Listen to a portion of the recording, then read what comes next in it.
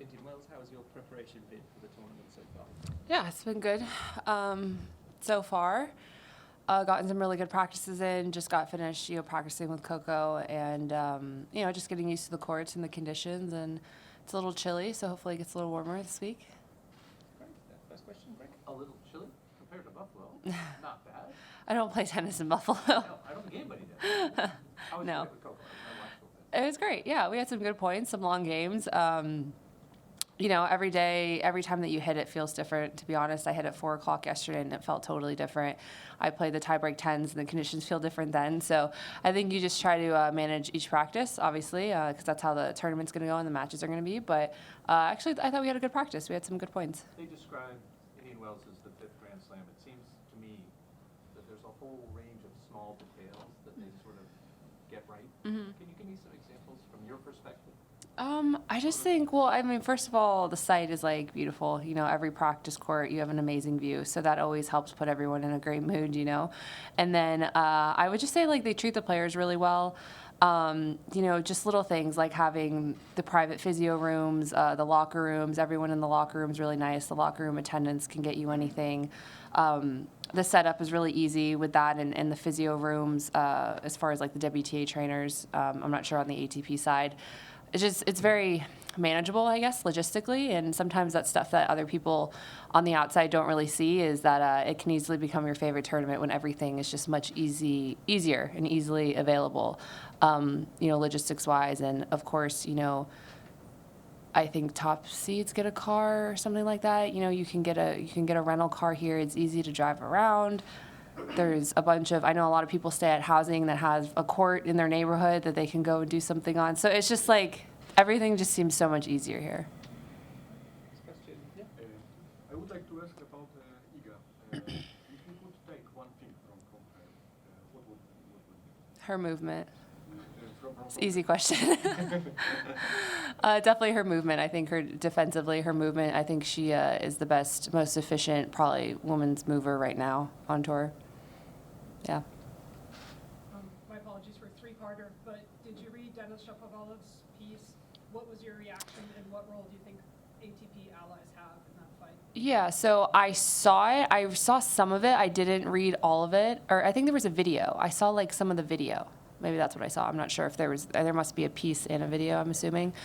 But I thought it was really amazing how he actually took his chance to talk, and that's the subject he chose. I think it's always something that the men, I think for the most part, have supported, but it's always just, if they get asked, they support it. But for him to kind of more so go out of his way to make that the main story of what he was, talking to the press about, which was really cool and really nice. And I know all the women appreciated that, very much. And I think it's so important we're better when we're together, it's for sure. I love the joint events. I think most of us do.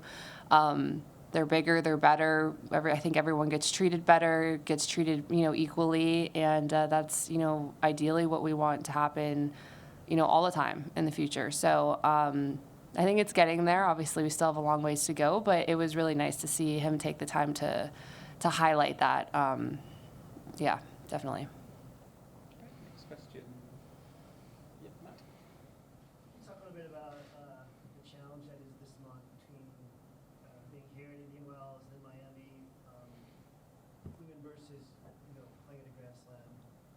Yeah, the back-to-back, it's different. I think mainly, at least for me, it's always the conditions. You come out here, it's dry, the ball's kind of flying a little bit. It can be windy. And then, it can be chilly at night. The conditions seem to change drastically throughout the day. And then I'm from, an hour north of Miami, or really 30 minutes from the site now. And it's, humid, and it's Florida, and it rains, and but you kind of know what to expect. So it's just, I think the difference is the conditions. They're just totally different. And that makes it very difficult to go from one to another, especially if you did well here and you don't have a lot of time to go straight into Miami Open and really feel super comfortable in those conditions. So yeah, I always think that's the toughest part. But I'm American. I love being in the States. So for me, I don't care. This is kind of one of my favorite swings, I think, and the fact that I get to go home next week as well.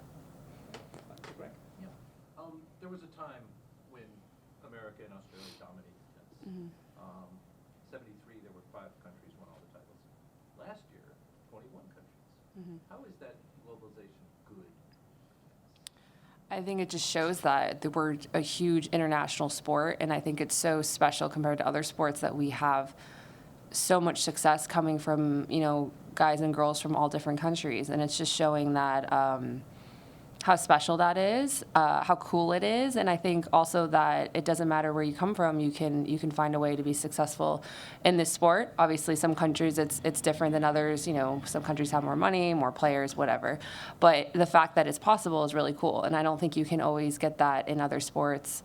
And I think now that's globally it's grown. It's you see more people playing the sport. That's why you see more success from other countries, and maybe those countries putting more money into developing their tennis players. And I think it's really cool, and I think it's something that's always very special about being a tennis player.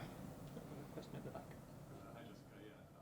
As you know, it's been 22 years now since Pegula won the singles. What would it mean to you to be the one to break that record? No, I mean, yeah, that would be amazing. I mean, like we said, it's kind of like a 5th Grand Slam, so winning Indian Wells would be incredible. Of course, I would love to break that drought, but definitely a long ways to go, and I'll try to do that. But at the same time, I have to focus one match at a time.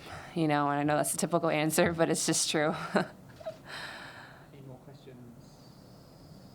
Nope. Okay. Thank you. Much.